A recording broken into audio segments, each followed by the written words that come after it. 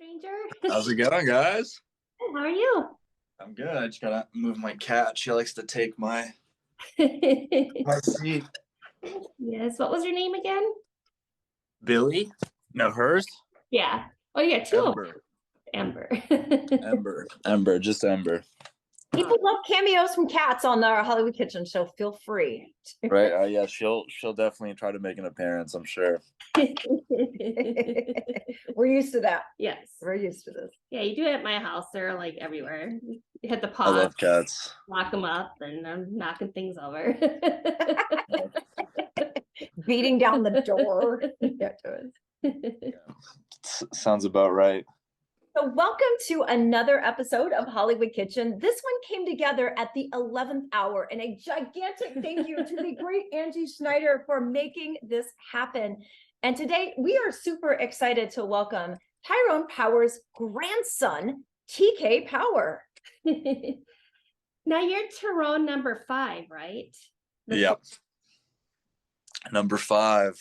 It's always cool just to tell people my name and then tack on the 5th at the end. It feels really cool.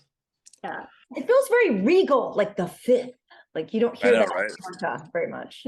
I think it makes me feel a lot more important than I am sometimes. It's like putting Lord at the beginning of your name. It's pretty cool. You're like a mini Barrymore family. Right. Well, we're so excited to welcome you today, and thank you for joining us. We were so lucky to get to see you the other night right here at the Hollywood Heritage Museum in Hollywood. So thank you for doing that. Yeah, of course. Yeah, totally. It was a lot of fun.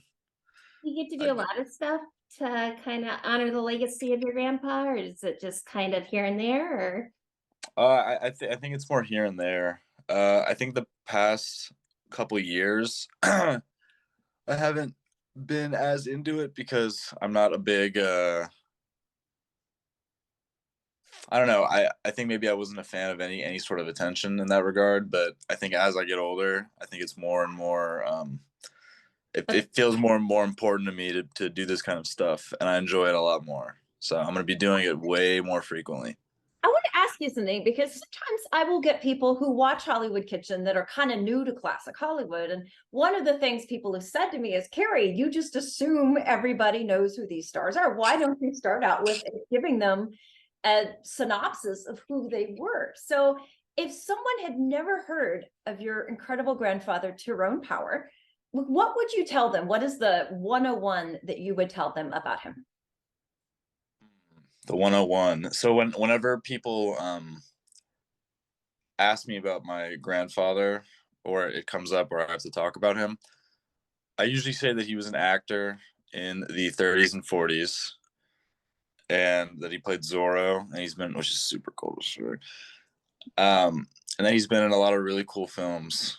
But for the most part, I just tell people that he was an actor in the 30s and 40s, because a lot of people don't know who he is around my age, because a lot of people don't watch classic, or at least my age don't, which is a bummer. But yeah, I think for the most part, I just tell them that he was a really cool actor, a really handsome actor in the 30s and 40s. We see no resemblance. No resemblance. Yeah.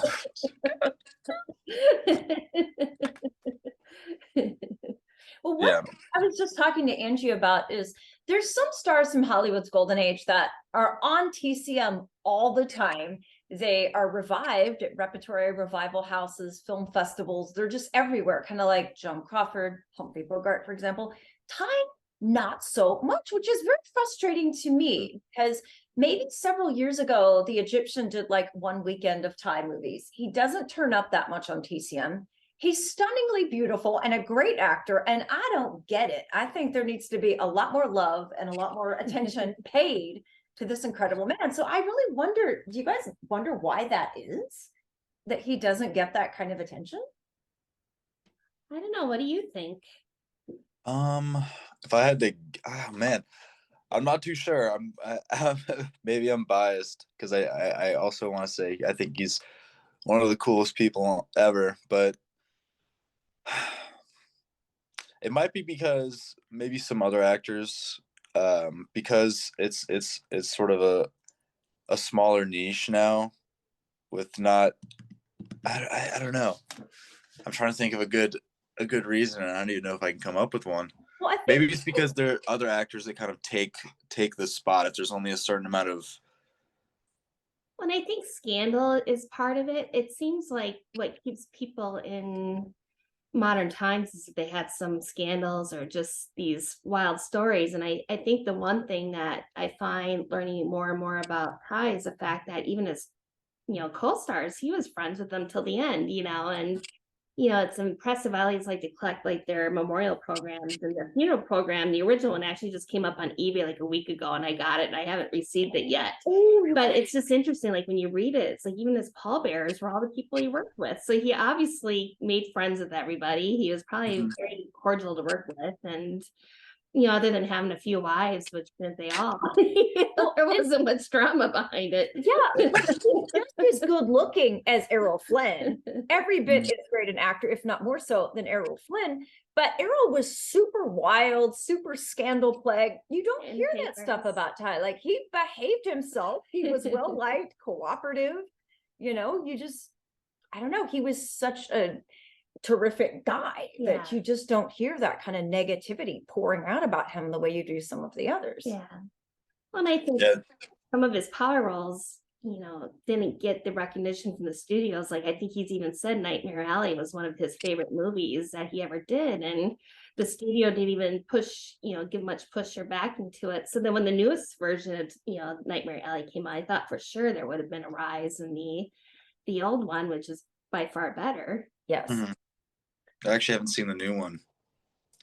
I was actually just watching Nightmare Alley like an hour ago. I started it last night again because I hadn't seen it in so long, and I was just watching it before this phone call. I think it's his best movie to me personally. Just Same.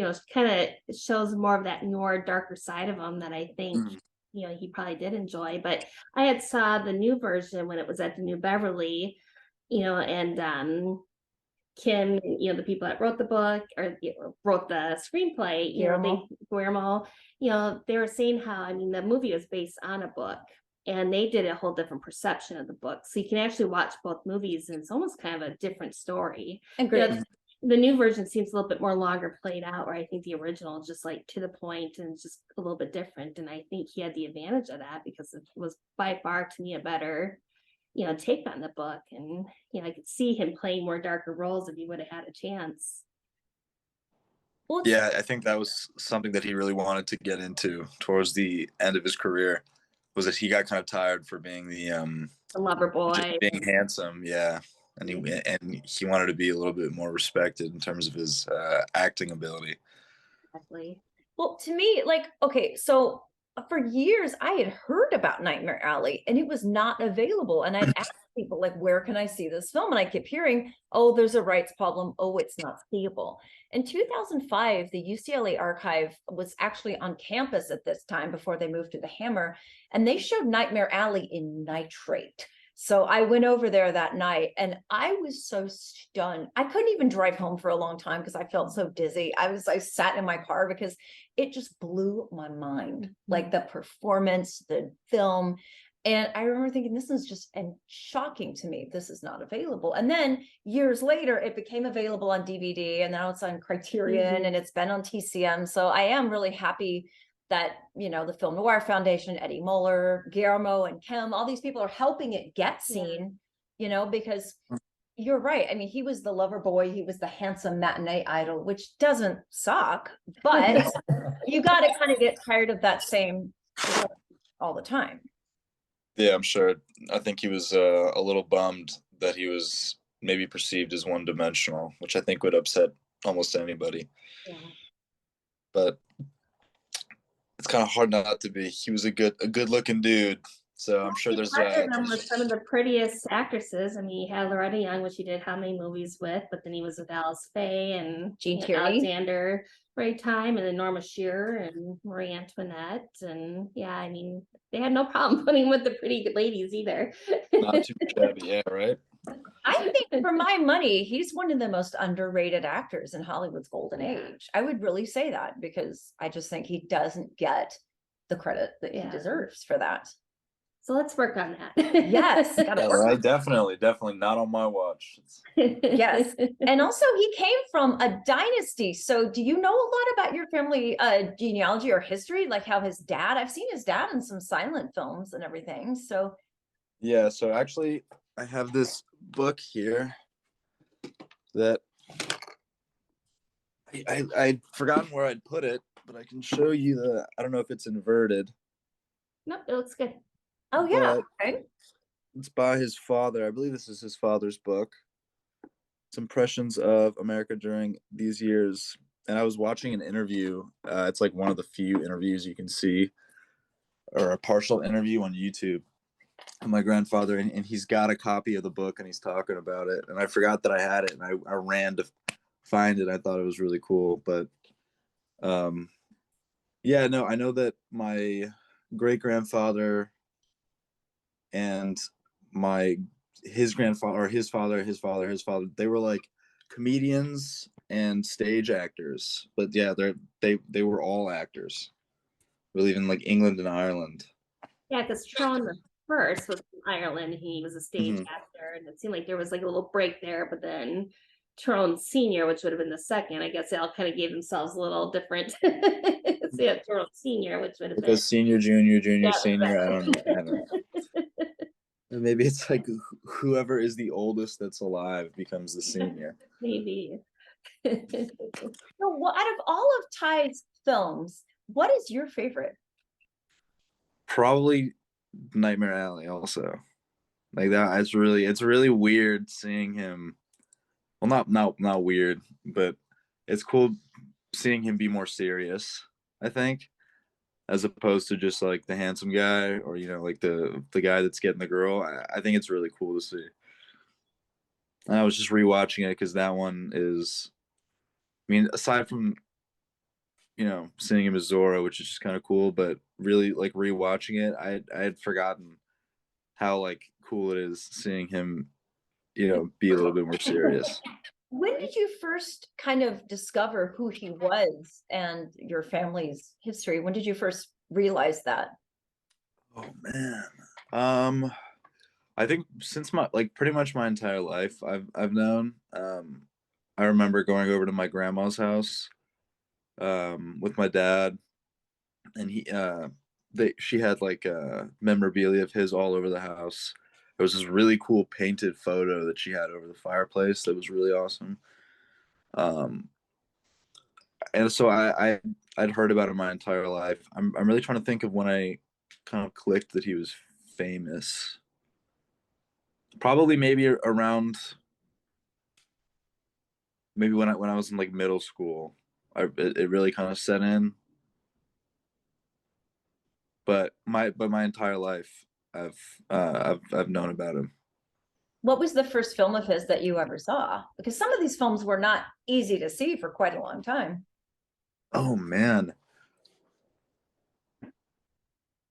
Oh, now I'm really trying to remember. I might not remember the name, but I know for a fact that my dad would show me. Oh man, I'm really trying to remember. I can't remember, but I Mine do remember was watching part of his films when I was younger. Probably Zorro. Honestly, probably. I feel like that's a good start to like show a kid, right? Right, like here he is, a swashbuckler. my introduction to Ty was I saw Blood and Sand on TV with Rita Hayworth, Linda Darnell, and Tyrone Power, which is more beauty than any film screen could almost handle. And I remember just being fascinated and thinking, how can you choose between Linda Darnell and Rita Hayworth? I mean, what kind of choice is that? It's just, and he's really excellent in that. And of course, it's a remake of the Valentino film, which interested me as well. So I thought that was really a great movie. And there are two Tyrone Power box sets, the Matinee Idol box set and the Swashbuckling box set. Ooh, I think I have one of them somewhere. But both of those are pretty findable on DVD, I believe. Yeah, I've got it on DVD. I don't know which one it is though. But Blood and Sand is so great because it's Technicolor. So seeing the three of those stars in Technicolor is just phenomenal. It's super cool. Did your grandpa ever give you like any trinkets or anything of your grandpa to kind of Yeah, actually. So I've got one right here. This was his.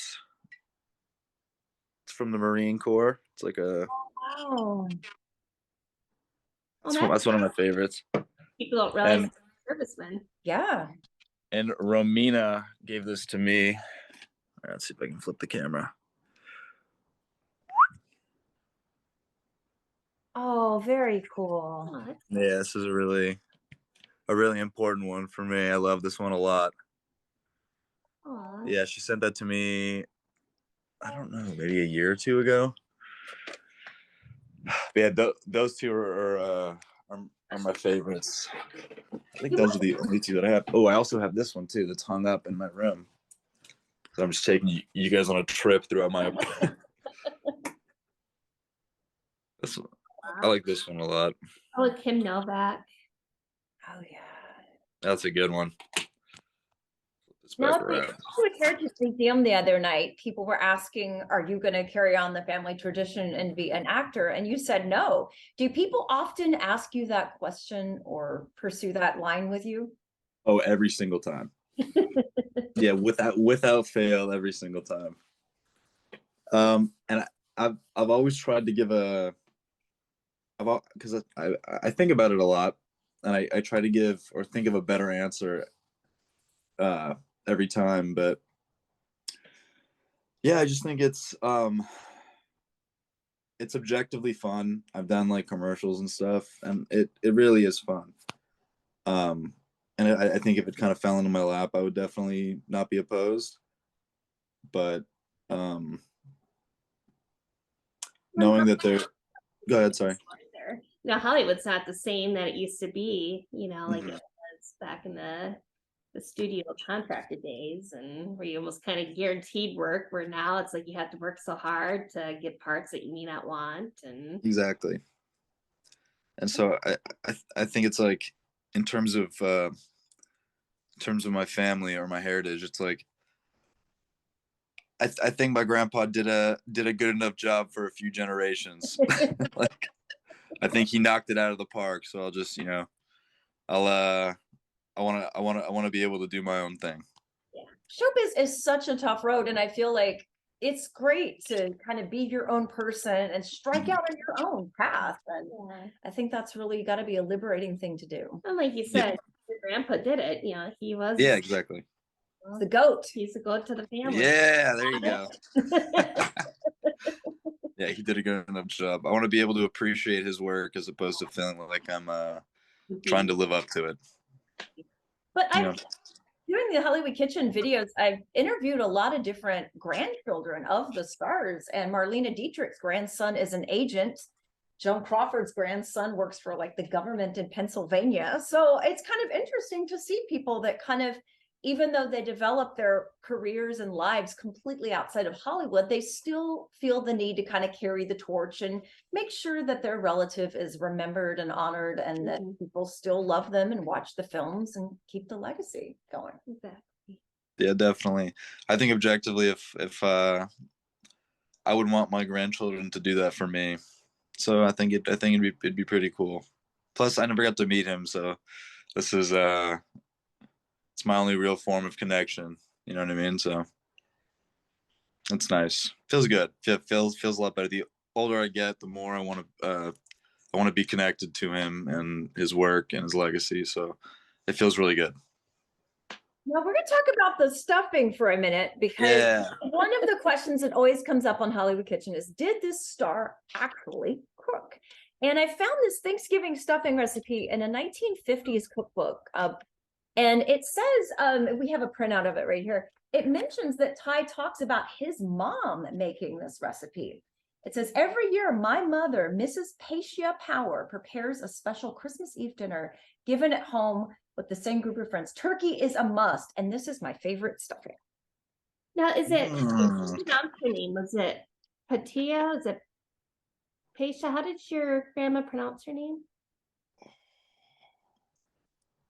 I'm trying to remember. I didn't really hear my dad talk about his grandma too much. I'm guessing. Oh God, I don't want to. I don't want to try to pronounce it, and We don't want to be I'm butchering gonna it. be wrong and not hear the end of it from my dad. You know Either what? way. I'm gonna ask him, and then I'm gonna get back to you Okay. because I want to be sure. Because I know I'm gonna get a lot of flack if I say it wrong.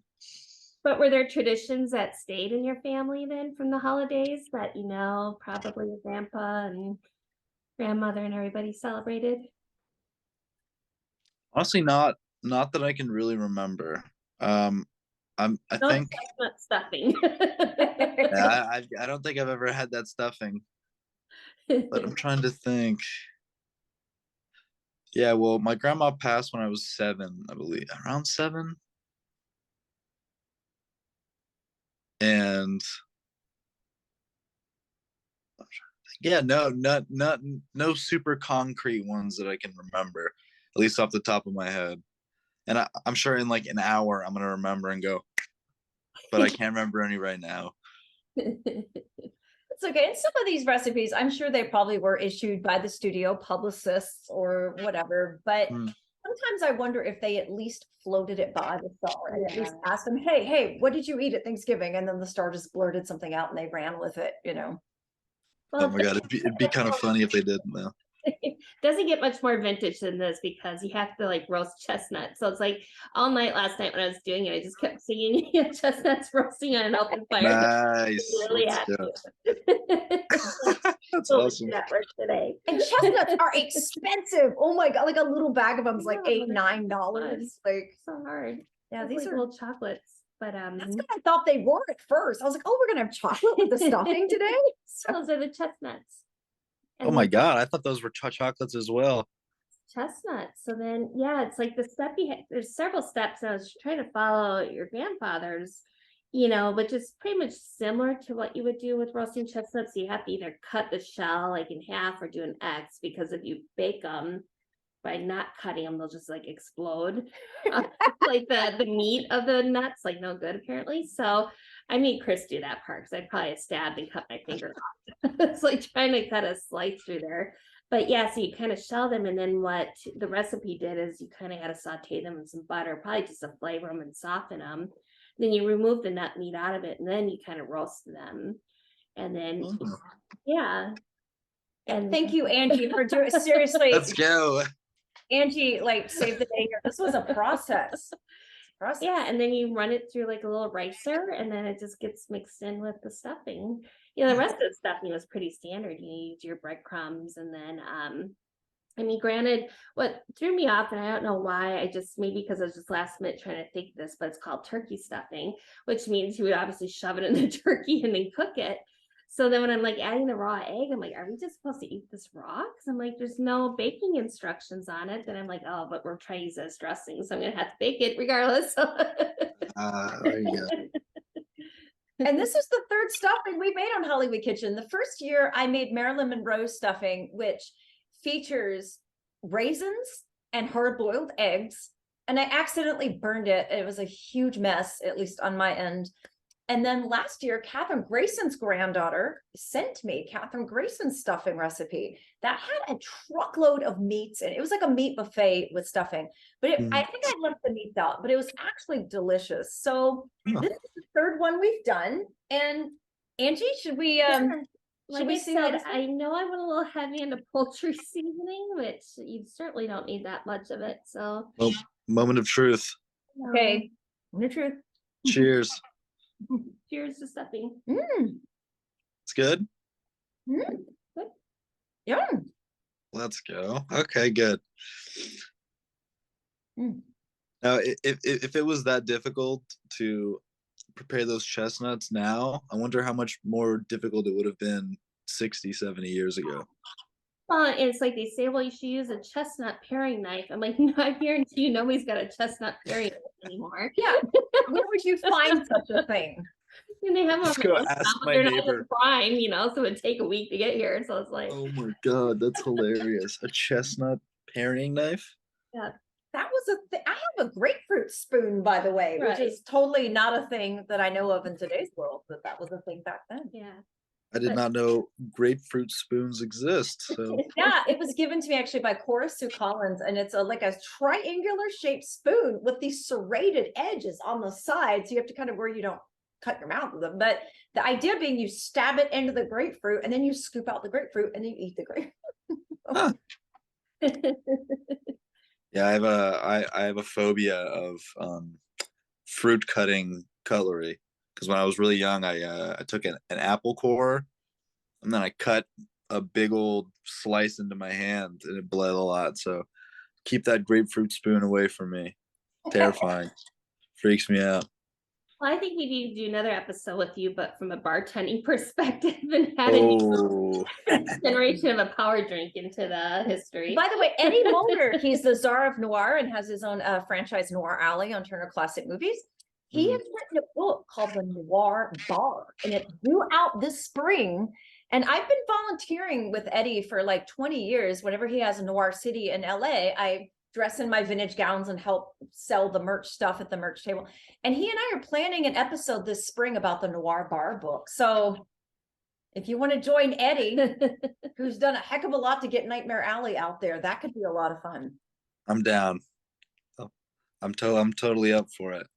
So we're talking about foods here. Do you know if Ty had a favorite cocktail? Oh, I should know this. I do know that he liked to smoke a lot. I also know that he drank a lot. Oh my God. This is also something I have to ask my dad. This is something I'm sure my dad would know.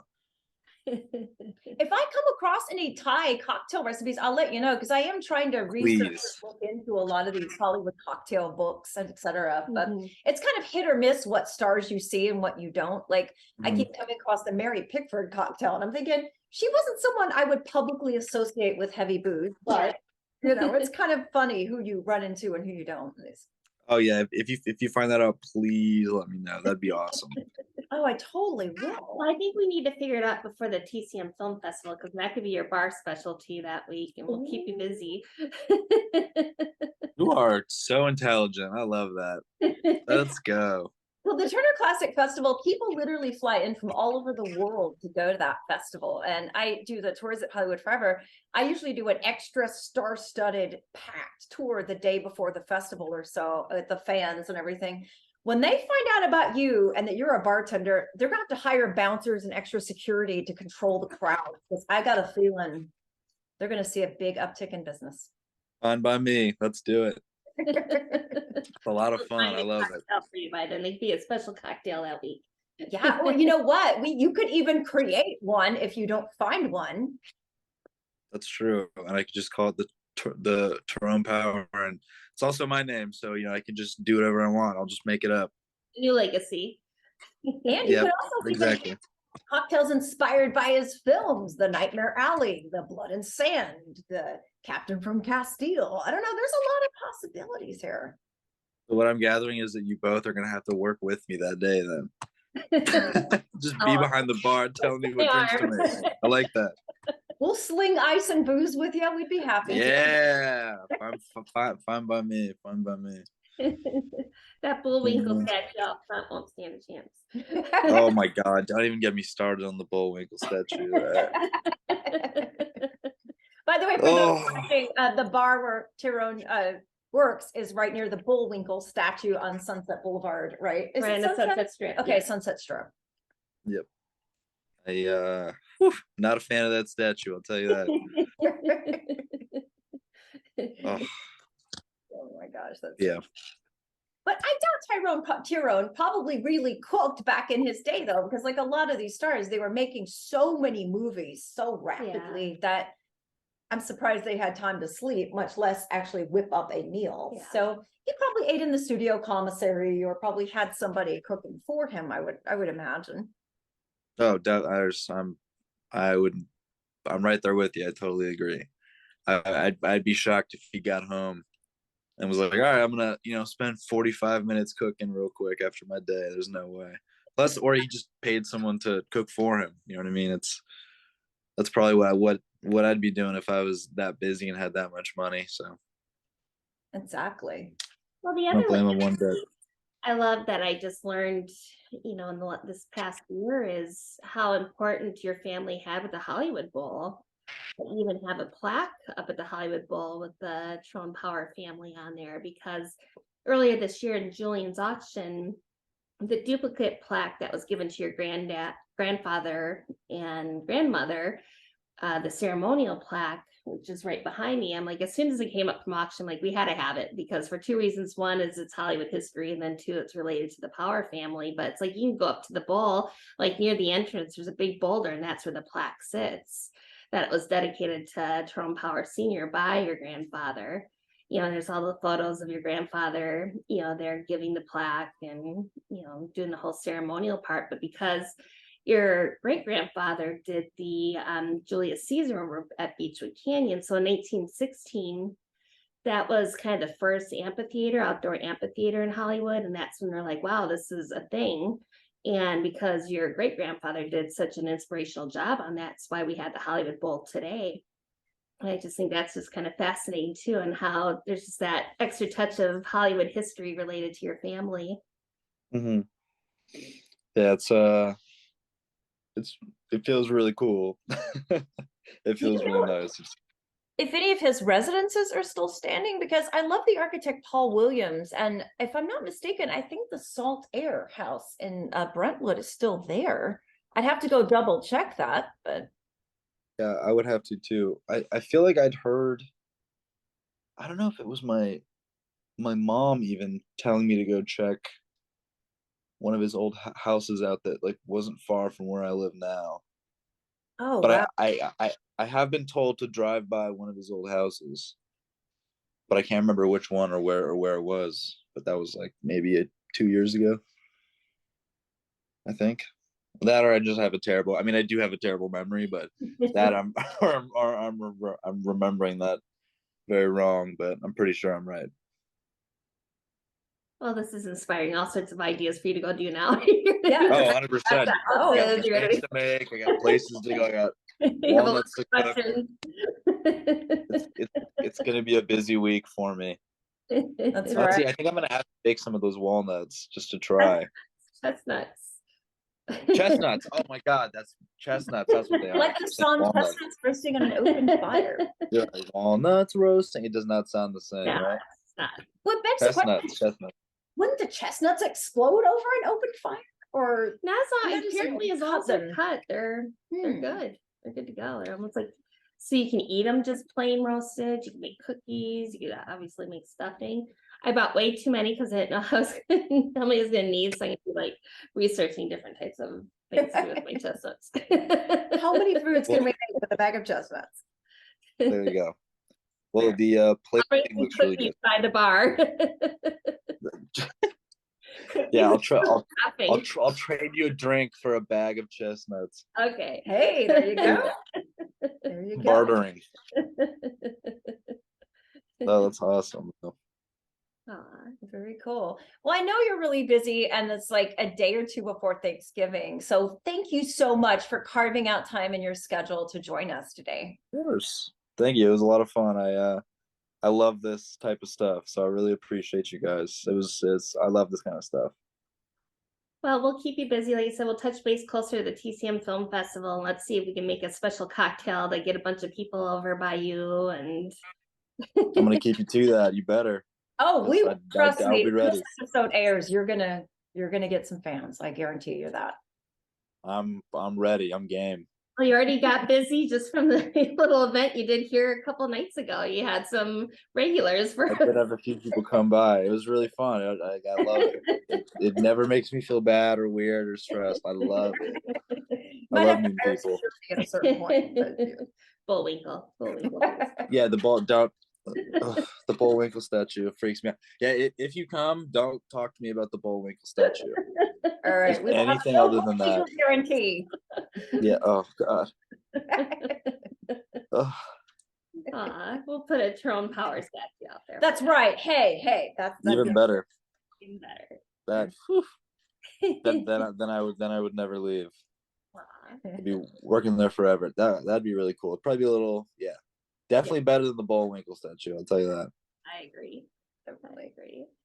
Well, thank you so much. Do you have any other questions or No, I think this Yeah. is just, like you said, now's the time to start getting his legacy back out there and what we have to do to make him more of a mainstream because he deserves he it. deserves it. Like I've often thought, like, why isn't he talked about? Probably one of the Why? most handsome actors of the classic era, and just amazing, well-versed actor, and yeah, he definitely needs to be. Yeah, he deserves. We are on a mission because he deserves some We'll dig love. up some scandal if we have to. I don't know. I'm jumping on. I'm jumping on the team then. Okay. That sounds. I think you knocked it out of the park with the lack of scandal thing. I think that's what people love is they love a good scandal, and he was pretty scandal free for the most part, aside from him being a ladies' man. Well, but it was such a good friend to all of his co-actors, and I think that needs to be said about who he was from personality, and that needs to be upfront. So Yes, like why is it people get talked about and get attention for behaving poorly? Why can't people be talked about and get attention for being a good person, for being drama free, you know, for being a stand-up guy? I think it's like watching a train wreck almost. Like you don't want to look, but you can't. It's exciting, but yeah, that's kind of a bummer that he doesn't get more recognition for being a really cool guy. being a ladies' man is wrong. We'll make it wrong. Yeah, right. Yeah, I mean, what can you do when you look like him? Oh my, I'm sure women just day and night were lining up for him. I mean, how could they not be? Must be nice. No, I'm just kidding. Well, on that note. Yeah, right. Oh man. Well, thank you so much. Guys. So close to Thanksgiving. Thank you for carving out time to hang out with Angie and I today. We are so appreciative. No, of course. It was a lot of fun. Bye this weekend. I'm gonna hold you to it. All right. Thank you guys. Thank you for joining us and keep joining us for more food, fun, and film history from Hollywood Kitchen.